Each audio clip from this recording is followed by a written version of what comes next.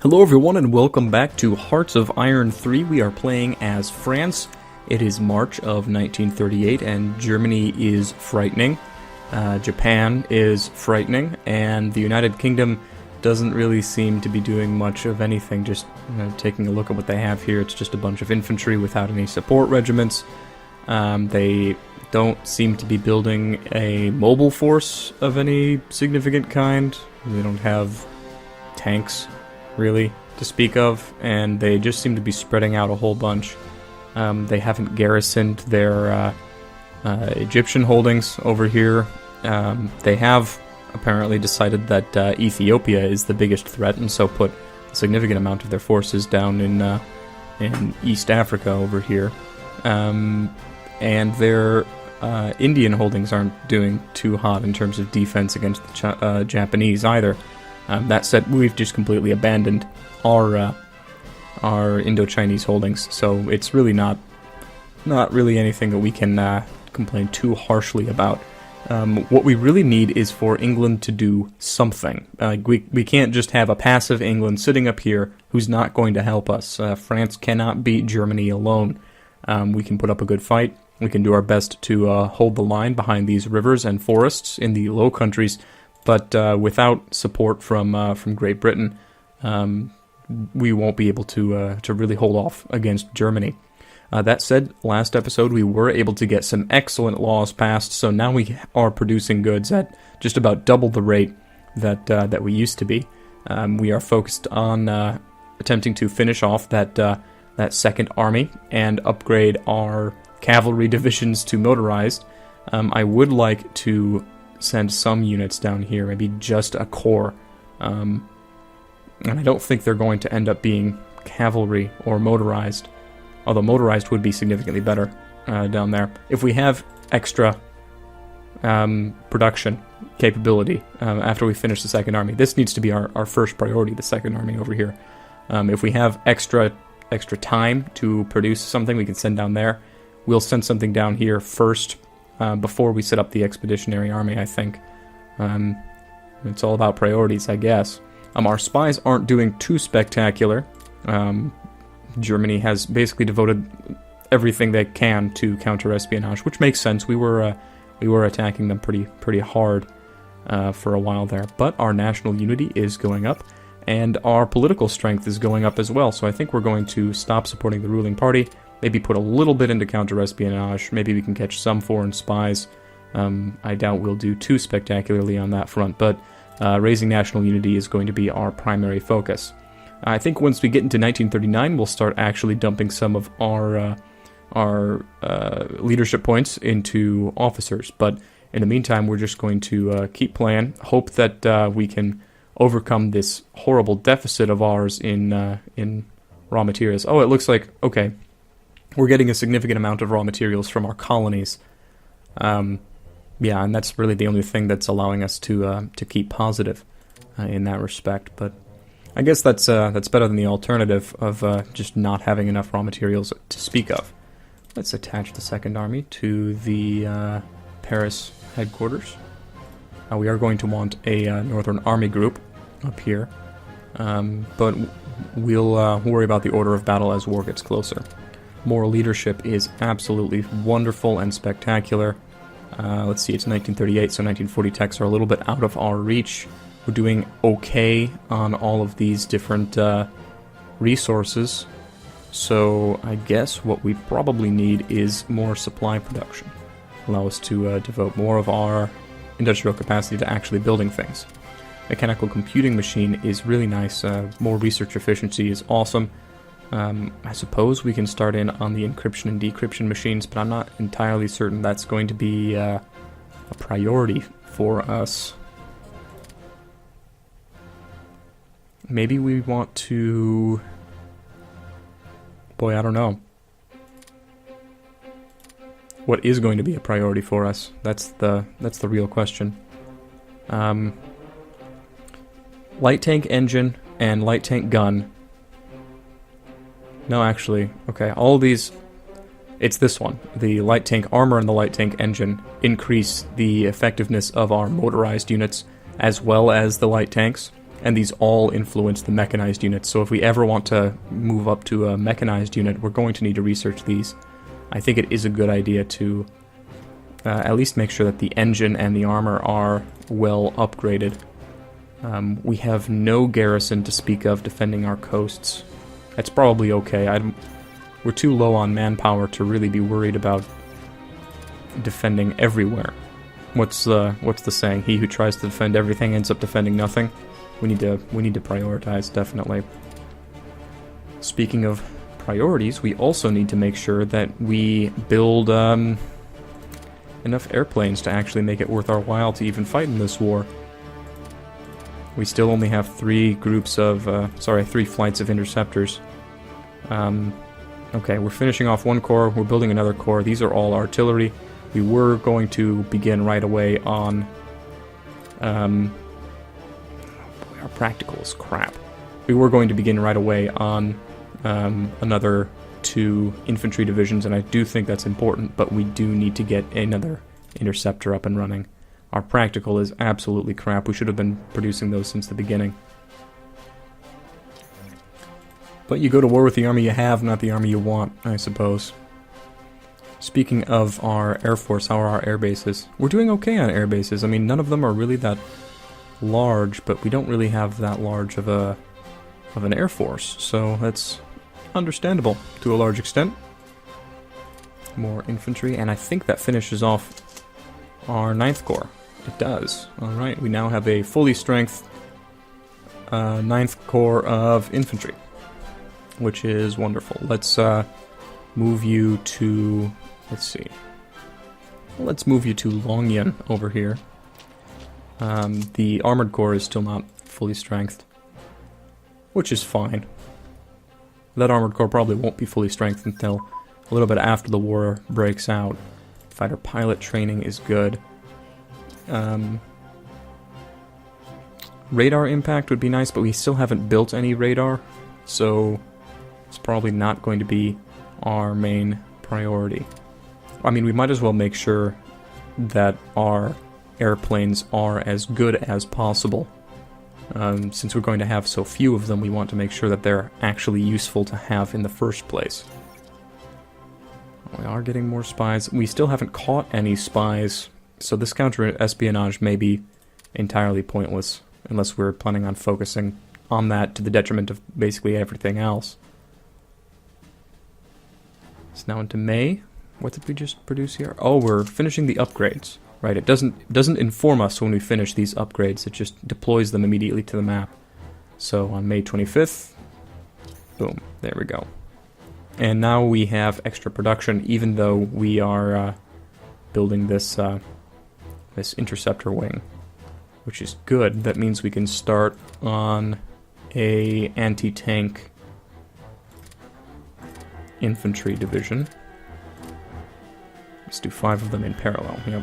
We won't be able to build all of these, or really any of them at full speed, but it is important that we get them out. Now, one of the problems that France also faces, I mean, France is nothing but problems, you know? It's just one problem after another, after another, after another. They have a remarkably small amount of actual leaders. Now, they do get new leaders as the game goes on. Every year, more leaders are generated for them, but they can't field as large of an army as Germany can with effective leadership on top of everything else. We're still trading for supplies. I thought we nipped that in the bud. Get rid of that. Get rid of that. Stop wasting my money. Money really isn't important unless you don't have any of it, you know? Okay, so leaders. France has a large amount of old guards in their leadership corps, and no one with really a very high amount of skill. You do have some very high skilled people, and De Gaulle is somewhere around here. I don't know exactly what corps he's leading. We might put him in charge of the Paris HQ or something to that effect. Mass assault just finished, which is nice. Let's start working on large front. Yeah, less supply consumption and more shock, I guess, is okay. It's really not something that we're focused on. We also have completely neglected the southern front with Italy, but Italy is not our main adversary, to be entirely honest. Alright, we're bringing our medium tanks up to 1940 tech, which is very good. We'll start dumping these into fighter tech, just so that we can make sure that our fighters are as good as possible. Okay, we just got desert warfare technology, which is good. I mean, all of this is good. You want everything. There is also something to be said for researching night fighting equipment. It brings the night attack penalty down from 50% to 40%, which is nice. We do have a decent amount of engineers, and engineers apply their bonuses to the other units in the squad.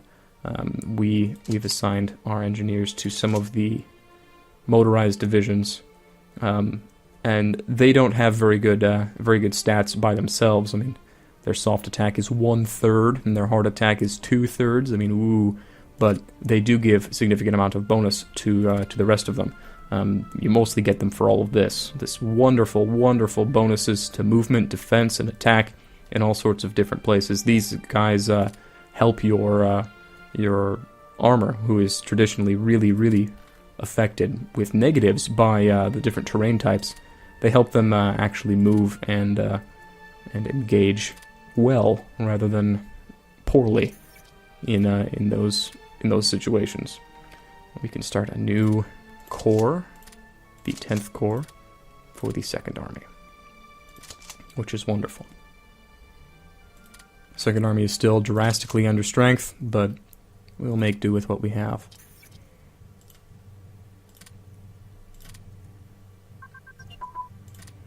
Better medium tanks. All of this means that we have yet more upgrades to do. There's always more upgrades to do. And yeah, we'll still keep dumping that in the fighter tech.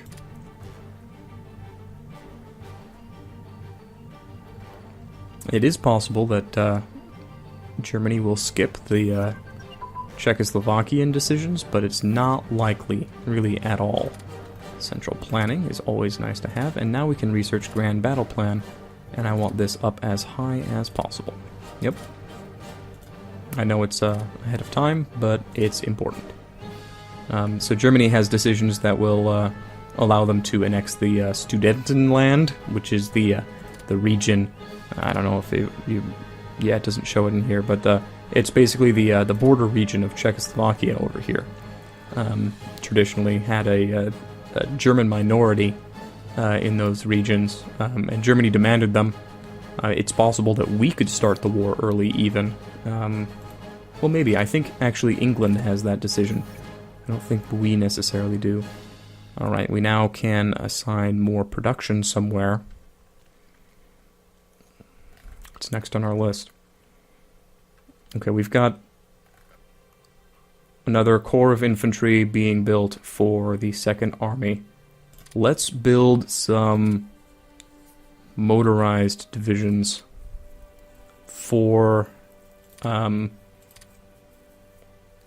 the Tunisian front. This is going to be rather expensive, but we can reorganize them. I mean, look, they're basically double the price of a normal infantry division, and they're not that much better, but they are significantly faster, which is important in the desert. So yeah, we'll start building a motorized corps without real tank support. We can ship them tank support later on. Supply production is good. We're doing okay on resources. I'm not too worried about our resource situation. How about we start working on first aid and combat medicine next? Actually, let's delete one of these, and we'll queue up a light tank division. No tank destroyer. We want engineers and a light armored division. And we just want one of these, and we'll ship this one down to Africa. And yeah, we'll reorganize this queue because they aren't really of primary importance, but I do want to get a couple of them done so that we can put up some sort of a fight against the Italians in that region. But our light tanks is always good. We'll dump that back in fighter tech. And yeah, I think we're going to skip multi-role fighter development at this point just because we don't have the Air Force. Like, just dedicating enough production to one fighter wing is difficult for our country to do at this point. And there's a full 10th Corps of Infantry for the 2nd Army. Always good. Move you to Sudan. Our manpower is steadily increasing. We seem to be doing fairly well on that front. If we were to mobilize right now, we'd need 252, which means we'd still have a manpower pool of 250 for use in reinforcements and repairs and that sort of thing. We now have 10 spies in Germany, which is good. I suppose we could start trying to counter-espionage. How about we just start to slowly increase threat? And yeah, they're killing our spies really quickly right now. Let's slide it over to counter-espionage, maybe? Let's see how we do there. Light tank gun advance. Do we have any more fighter tech we can research? No. Bombers, I suppose. Any of these... I mean, that increases the soft and the hard attack of fighters, but we don't use our interceptors to attack ground targets, do we? Air defense would be nice for our tactical bombers, though. Okay, let's go back to the intelligence screen and see how we do against Germany's spies. Probably not too spectacularly. We are being reinforced. Medium tank gun. Alright, we do need to find some other thing to be researching. Let's bump up our engineers again. I don't want to lose all of our spies again like we did last time to Germany. Ooh, that was a good hit. Good job. Light tank engine. Self-propelled artillery. Yes. Yes, we sort of want that. Because right now, when we build our motorized infantry, if we were to attach any sort of support brigade to them, it would slow them down. Right now we can build motorized anti-aircraft, but it really doesn't provide much in the way of bonuses other than anti-aircraft, which, I mean, you would expect, but the ability to build self-propelled artillery pieces would give us much more options when it comes to supporting our motorized infantry, allow them to pack much more of a punch against other infantry. And there's the Sudetenland. During the summer of 1938, the pro-Nazi elements among the Czech Germans demanded the right to secede from Czechoslovakia, a move that created enormous tension between Germany and Czechoslovakia. Hitler, using the minority sentiments in the Sudetenland, started to propagandize about Czech atrocities against ethnic Germans in an effort to lay the blame of a future conflict on the Czech government. At the same time as German troops infiltrated the Bohemian borderlands, Hitler agreed to host a peace conference in the city of Munich. Hitler, Chamberlain, Daladier, and Mussolini met and agreed that Hitler should have the Sudetenland of Czechoslovakia. The Czechs, who were not represented at the meeting, realized their own allies deserted them, and under pressure from the French and the British, they were forced to surrender the Sudetenland to Germany. Hitler assured those at the meeting that this was the extent of his ambitions for expansion. Chamberlain returned to England with a piece of paper signed by Hitler proclaiming peace in our time. So there's the new ugly, ugly, ugly borders. Germany did get cores on all of that territory there. Usually Germany decides at this point to go ahead and attack Czechoslovakia over the rest of their equipment. Let's finish out Arctic warfare equipment. That's not too shabby. That did increase Germany's threat enough, though, that we can now move to a war economy. Now, before we had a equal malice to resources and industrial capacity, but now we will have a bonus to industrial capacity of 25%, but a resource gain of only 10%. So we need to have significantly more resources incoming than we did before. We also lose a significant amount of our money. we will enact it because it is more important for us to get more industrial capacity than it is for us to actually save up resources, at least in my opinion.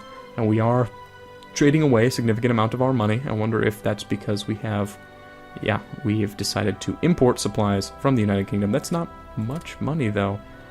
I don't know. I trust in our little trade AI to make intelligent decisions for us. Maybe that's a piss poor decision on my part, but we are creating more supplies than we need.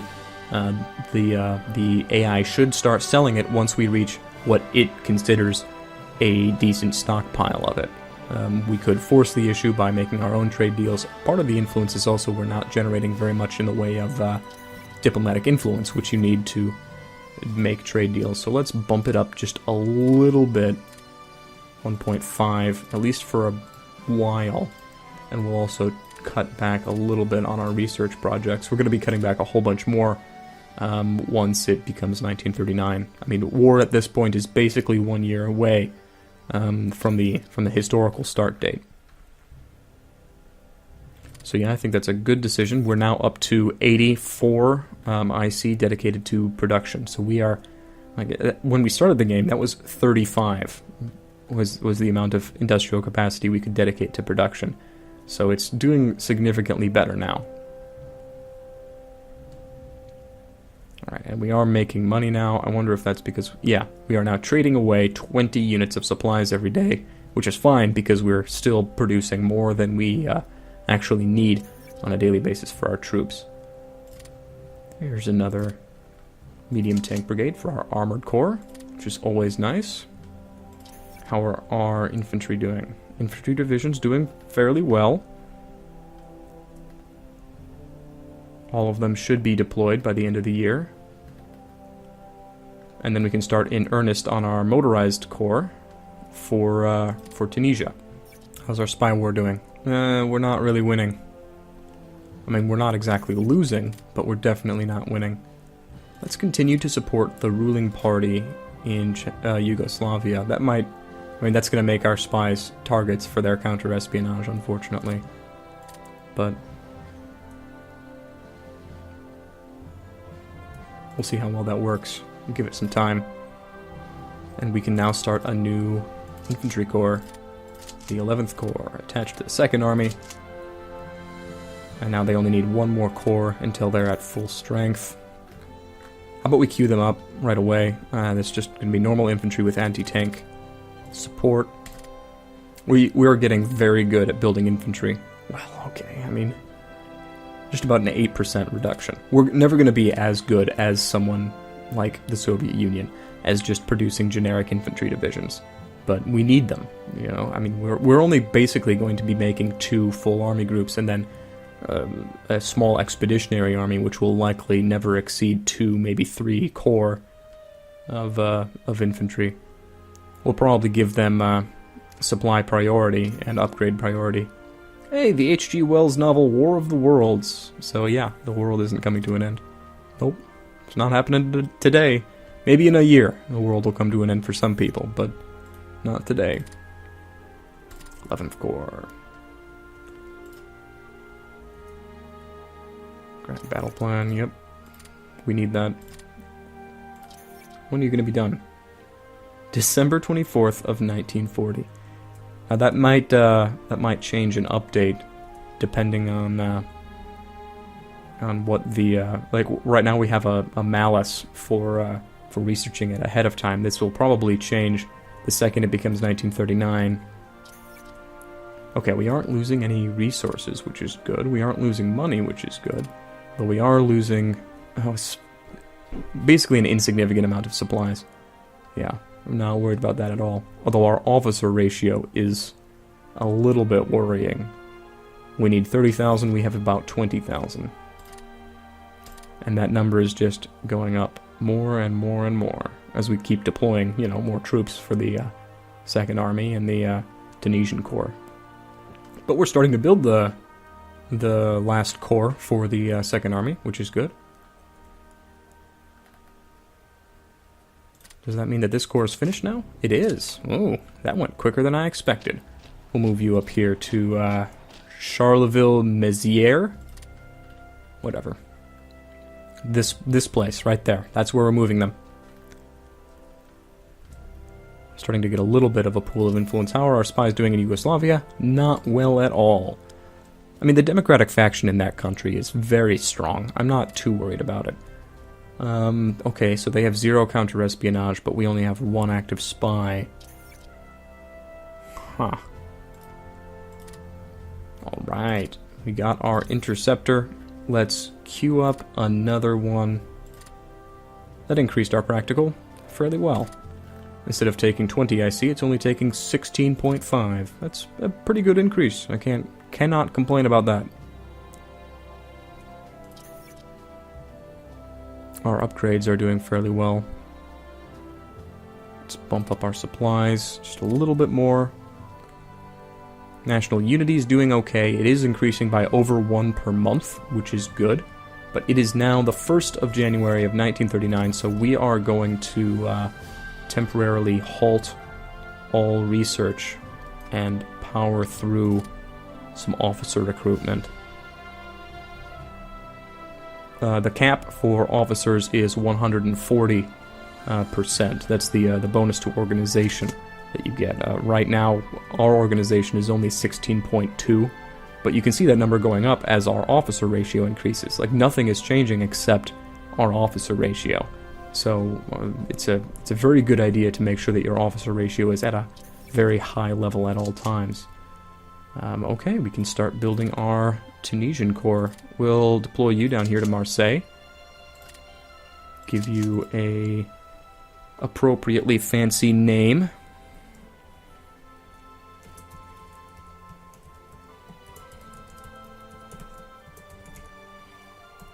African Motorized Corps. Wonderful. And we will deploy you... Where's our transports? Move them all up here. We will deploy you ASAP. So let's rebase down to Marseille.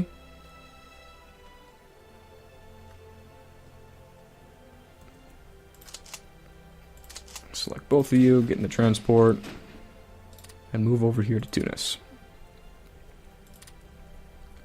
You want to start doing this early so that your country can start building up a stockpile of supplies in your overseas provinces that will require them. You don't necessarily want to deploy troops immediately to a place where you need them. You want to make sure that everything's better if you do it ahead of time, you know? Okay, we'll cut back a little bit on diplomacy, which means we need to make sure to focus all of our attention on officers again. It's going to take a little bit until we get enough officers to actually bring us up to the target of 140%, which does mean a few months of no research, which sort of sucks. But having high organization is just as important as having good weapons, if not more important. We'll deploy you down there, attach you to the African Motorized, attach you to the transports, move you down here to Tunis. Wonderful. And you don't technically have... I mean, the infrastructure down here is horrible. Put one there and one there.